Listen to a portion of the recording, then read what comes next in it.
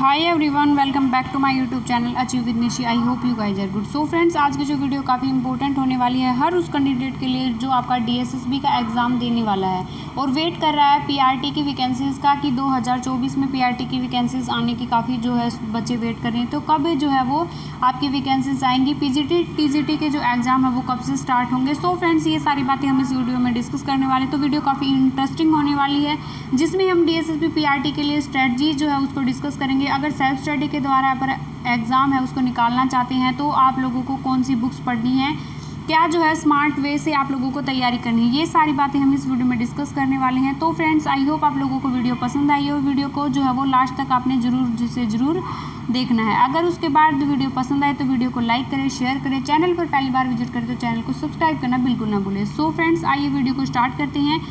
DSSB PRT के जो आपका वेट करे थे जिस वैकेंसीज़ का कि आपका एग्ज़ाम है नहीं होगा क्योंकि पीजीटी टीजीटी के जो फॉर्म है वो आपके भरे जा चुके हैं, तो आपके स्टूडेंट हैं वो वेट करें हैं आपके एग्ज़ाम का। तो फ्रेंड्स, जुलाई अगस्त में आप लोगों के एग्ज़ाम है वो स्टार्ट हो जाएंगे होने। तो आप लोगों की तैयारी आई होप बेस्ट चल रही होगी। लेकिन पीआरटी के स्टूडेंट इस डाउट में थे कि मैम वैकेंसीज आएंगी नहीं आएंगी, तैयारी करें कब से करें। तो फ्रेंड्स, आप लोगों को जो तैयारी है वो अपनी स्टार्ट कर देनी चाहिए। फाइनली आप लोगों को पीआरटी की जो वैकेंसीज़ हैं वो आएंगी और आप लोगों का जो एग्ज़ाम है वो नवंबर दिसंबर तक हो जाएगा। जुलाई अगस्त में आप लोगों के भी जो फॉर्म है वो एप्लीकेशन फॉर्म है वो भरने जाने जो है वो स्टार्ट हो जाएंगे। तो आप लोगों को एप्लीकेशन फॉर्म की वेट ना करते हुए, क्योंकि डीएसएसबी एक स्टैंडर्ड का एग्ज़ाम है जहाँ पर जो है वो अच्छे खासे जो कंपटीशन होता है, अच्छी खासी कट ऑफ होती है, नेगेटिव मार्किंग होती है। तो आप लोगों को अगर अच्छी खासी एक जॉब के अंदर सीट अपनी पक्की करनी है, किसी एग्ज़ाम को क्वालिफाई करके आप लोगों को 100% श्योरिटी से अगर आपको जॉब चाहिए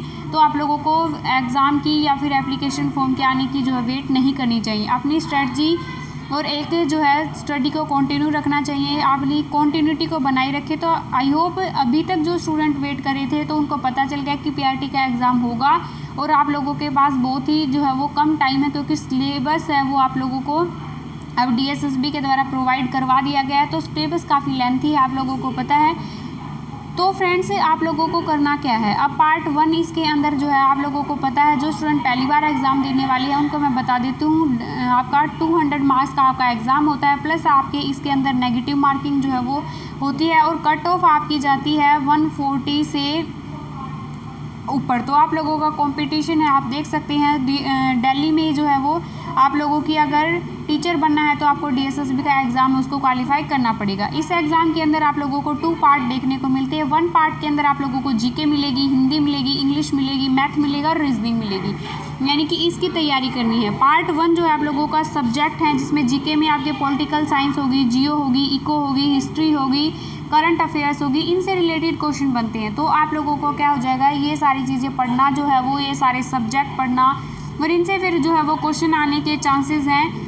तो यानी कि कितना पढ़े, तो इसके अंदर क्या होता है आप लोगों को जो है जीके के लिए, तो इसमें हम डिस्कस करेंगे कि अगर आप लोग सेल्फ स्टडी के द्वारा अगर तैयारी करना चाहते हैं तो कई स्टूडेंट का ये भी डाउट है कि मैम जो है वो हम सेल्फ स्टडी के द्वारा इस एग्ज़ाम को निकाल सकते हैं या फिर जो है हमें किसी अदर जो है कोचिंग इंस्टीट्यूट में जाने की ज़रूरत है या फिर कोई बैच परचेज करने की ज़रूरत है या फिर कहीं से नोट्स परचेज करने की ज़रूरत है। सो सबसे बेस्ट अपना इवोल्यूशन है वो कौन कर सकता है, सबसे बेस्ट इवोल्यूशन कर सकता है अगर कोई, तो आपका खुद से ज़्यादा इवोल्यूशन कोई नहीं कर सकता।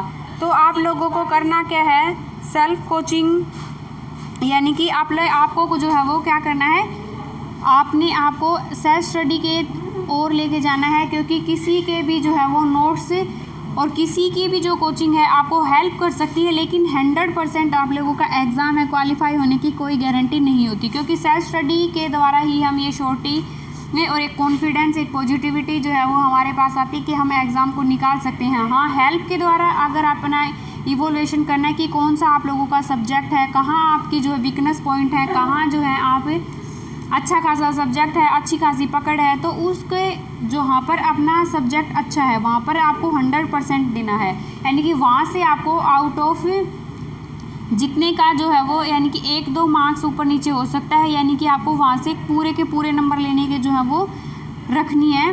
अपनी इतनी मेहनत करनी है। जहाँ जो आप लोगों का सब्जेक्ट है वो वीक है, वहाँ पर जो है आप ज़्यादा टाइम वेस्ट ना करें, क्योंकि वहाँ पर कॉन्फिडेंस एग्ज़ाम में जाते ही वहाँ पर ऑटोमेटिक वीक हो जाता है। तो अपनी जो है वो जो स्ट्रेंथ है, अपनी पोटेंशियल है, उसको समझना है और उसके अकॉर्डिंग जो है वो तैयारी करनी है। अगर आप सेल्फ स्टडी नहीं कर सकते तो आप कोई कोचिंग ज्वाइन कर सकते हैं, कहीं से नोट्स परचेज कर सकते हैं, लेकिन कॉन्टीन्यूटी बनाए रखनी है। कॉन्टीन्यूटी रखेंगे, एफर्ट करेंगे, मेहनत करेंगे तो एक जो इतनी भी वैकेंसीज़ में आप लोगों की जॉब में एक सीट पक्की होने से कोई नहीं रोक सकता, क्योंकि मेहनत से हम कुछ भी अचीव कर सकते हैं।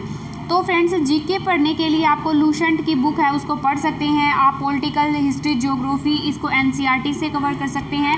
इनसे अगर इन सारे सब्जेक्ट को अगर आप एनसीईआरटी से कवर करेंगे तो आपको कोई जो है वो दिक्कत नहीं होगी। एनसीईआरटी से ही हर एग्ज़ाम के जो क्वेश्चन आपको देखने को मिलते हैं।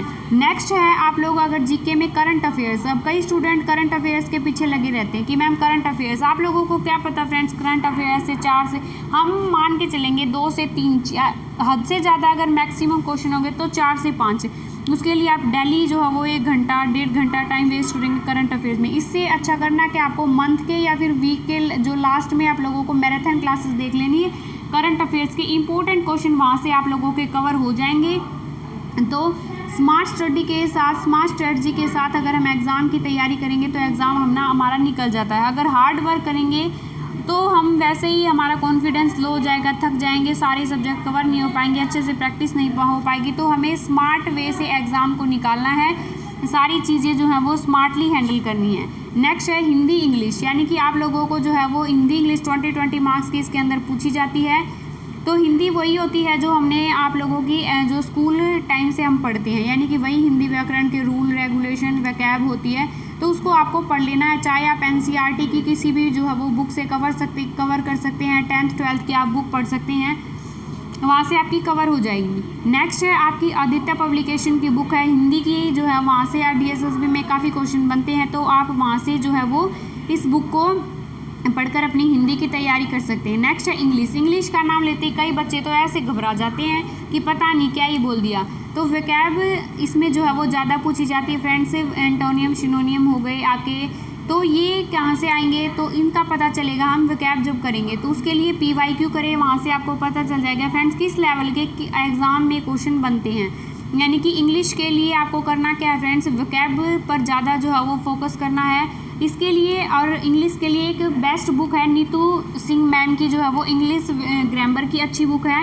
एंड नॉट ओनली DSSB, अगर आप किसी भी अदर एग्ज़ाम की, कॉम्पिटिटिव एग्ज़ाम की तैयारी करें तो उसमें भी ये बुक आपको हेल्प करेगी। अगर आप इस बुक को एक बार अच्छे से सारी चीज़ें आपकी जो है वो क्लियर हो जाती हैं तो बार बार आपको इंग्लिश ग्रामर में जो है वो पढ़ने की ज़रूरत नहीं होती। तो आप नीतू सिंह मैम की बुक ले सकते हैं, प्लस PYQ करेंगे तो आप लोगों का जो है कॉन्फिडेंस बिल्ड होगा एक तो, और जो है आप क्वेश्चन साथ साथ करेंगे तो आपको पता चल जाएगा किस टाइप के क्वेश्चन अब एग्ज़ाम में पूछे जाते हैं। नेक्स्ट है मैथ और मैथ के लिए आप किरण पब्लिकेशन की बुक को कर सकते हैं। प्लस PYQ हमें लास्ट 5 to 7 ईयर के जो हमें करने हैं, अच्छे खासे जो हैं वो DSSB में क्वेश्चन पूछे जाते हैं। ये नहीं कि ऐसे ही कोई स्टैंडर्ड का एग्ज़ाम है, ये अच्छी खासी मेहनत मांगता है। तो हमें क्या करना है, हमें अपना 100% देना है। वो PYQ से हमें जो पता चल जाता है कि किस हद तक किस तरीके से एग्ज़ामिनर जो है वो क्वेश्चन को पूछता है। नेक्स्ट है फ्रेंड्स रीजनिंग के लिए आप जो है वो कहीं से भी जब आपने रीजनिंग पढ़ी है तो रीजनिंग आपकी जो है वही रीजनिंग होती है, कोई अदर तो ये नहीं है कि DSSB कोई अदर रीजनिंग पूछेगा। वही रीजनिंग जो आप एग्ज़ाम में तैयारी करते हैं तो रीजनिंग आप लोगों को किसी भी अगर जहाँ से आप PYQ करना चाहें तो PYQ करें, या फिर अदर कोई बुक से करना चाहें तो आप जो है उसको कर सकते हैं। नेक्स्ट है मोस्ट इम्पोर्टेंट पार्ट, यानी कि अगर इस पार्ट 2 पर आपकी अच्छी खासी पकड़ है, CDP पे है, साइकोलॉजी पर है, थ्योरी या जो साइकोलॉजी की जो थ्योरी है उनके ऊपर है, plus teaching aptitude. Teaching aptitude अब होता क्या है फ्रेंड्स, एज ए टीचर आप किस तरीके से जो है वो बच्चों के साथ बिहेव करेंगे, किस तरीके से उनको आपका जो आप पढ़ाई के अंदर उनका इंटरेस्ट क्रिएट करते हैं। अगर बच्चे को प्रॉब्लम आ रही तो उसका आपके एज ए टीचर किस तरीके से जो वो हैंडल करते हैं, ये सारी किस्में होती है टीचिंग एप्टीट्यूड के अंदर। और ये कहाँ से आपकी कवर होंगी, NIOS के नोट्स हैं, आपको वहाँ से जो है वो ये सारी चीज़ें कवर होंगी। प्लस आपको CDP पढ़ लेनी है, साइकोलॉजी की जो क्लासेस हैं, और AK अरुण सिंह की जो है साइकोलॉजी की थ्योरी आपकी वहाँ से जो है वो कवर हो जाएंगी। नेक्स्ट है ये आपका 100 मार्क्स का टीचिंग एप्टीट्यूड आता है। तो डीएलएड के में जिसने पीआरटी के लिए डीएलएड किया था, चाहे आपने अटेंडिंग नॉन अटेंडिंग, लेकिन बुक्स तो आपके पास होंगी, तो उन सारी जो है दोनों आप लोगों को क्या करनी है, ईयर की बुक को पढ़ लेना है। वहाँ से आपका टीचिंग एप्टीट्यूड वगैरह, साइकोलॉजी, थ्योरी सारी कवर हो जाएंगी। तो आपको NIOS के नोट्स पढ़ लेने हैं, जो आपको KVS के, NVS के, अदर जो आपके एग्ज़ाम है, टीचिंग एग्ज़ाम, उनमें भी हेल्प करेंगे। तो फ्रेंड्स, इसके लिए स्मार्टली अगर हम तैयारी करेंगे तो हम DSSB कोई तोप नहीं है कि हम इस एग्ज़ाम को निकाल नहीं सकते। एक कॉन्टिन्यूटी करनी है, पॉजिटिव रहना है, कॉन्फिडेंस अपने अंदर रखना है कि मैं इस एग्ज़ाम को निकाल लूँगी, स्मार्ट स्टडी करनी है। नेक्स्ट है अपनी स्ट्रेंथ को जो है वो और वीकनेस को पहचान के फिर तैयारी करनी है, क्योंकि एक पॉजिटिव एनर्जी के साथ अगर हम तैयारी करते हैं, स्मार्टली चीज़ों को करते हैं, कॉन्टिन्यूटी रखते हैं, तो कोई भी एग्ज़ाम इतना बड़ा नहीं होता और जॉब लगने के बाद सारे एफर्ट हैं वो आपका इंजॉयमेंट में बदल जाएंगे। तो आप लोगों को अभी अपना सब कुछ त्याग देना है। त्याग देने का मतलब ये नहीं है, इंजॉयमेंट आप कम कर सकते हैं, अपनी एग्ज़ाम के ऊपर जो है वो फोकस ज़्यादा करें, पॉजिटिव रहें। एक जो है पॉजिटिव माइंडसेट के साथ हम तैयारी करते हैं तो एग्ज़ाम जो है वो हमारा काफ़ी हेल्प होती है, हम एग्ज़ाम के प्रति जो है वो काफ़ी पॉजिटिव रिजल्ट जो है वो आउटकम हमें मिलती है। सो फ्रेंड्स, आई होप आप लोगों को वीडियो पसंद आई हो। अगर वीडियो पसंद आई तो don't forget like, share and comment. Channel पर पहली बार विजिट करते तो चैनल को सब्सक्राइब करना बिल्कुल ना भूलें। अगर आपकी कोई राय है या फिर आप क्लासेज जो है इनकी चाहते हैं कि हम डेली क्लासेज हैं वो DSSB के लिए लाएँ, तो आप उसको कमेंट सेक्शन में कमेंट करके बता सकते हैं। सो बाय बाय एवरीवन।